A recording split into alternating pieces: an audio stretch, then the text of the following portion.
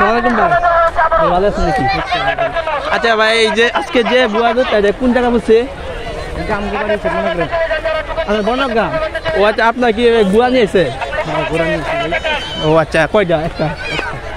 ও আচ্ছা, আপনার কি যে বিভিন্ন প্রতিযোগিতা হয় সেখানে অংশগ্রহণ করেন? ও আচ্ছা, না আজকে আপনার এই যে পাকুন্দিয়া কিশোরগঞ্জ আসে আপনার কেমন লাগতেছে, মানে গুয়া ধরে? ভালো লাগছে। ও আচ্ছা, এখন কি শুরু হয়ে যাবো? এটা কি একবারে না তিনবার শুরু হবে? আপনার কাছে কেমন লাগতেছে কিশোরগঞ্জ আর মানুষের ব্যবহার কেমন? ভালো ভাই। ও আচ্ছা আচ্ছা, এই পর্যন্ত ঠিক আছে।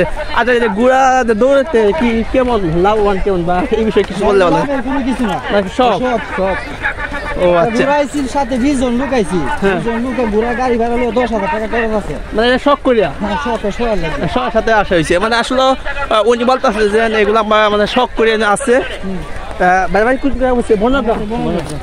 ও বনগ্রাম তো আমাদের ওই যে কৈতিরি বদলা, আমার কিশোরগঞ্জের একই জেলার লোক। কি বলবো আপনাদেরকে, সম্পূর্ণ আমার সামনে ভিডিওগুলো আপনাদেরকে দেখাবো। দর্শকের সাথেই থাকুন, সঙ্গে থাকুন।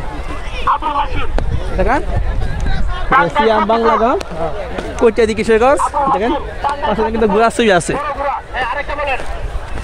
আপনাদেরকে আমি সামনে যেখান থেকে ঘোড়া দুটা শুরু হয় সেখানে আমি আপনাদেরকে নিয়ে যাবো।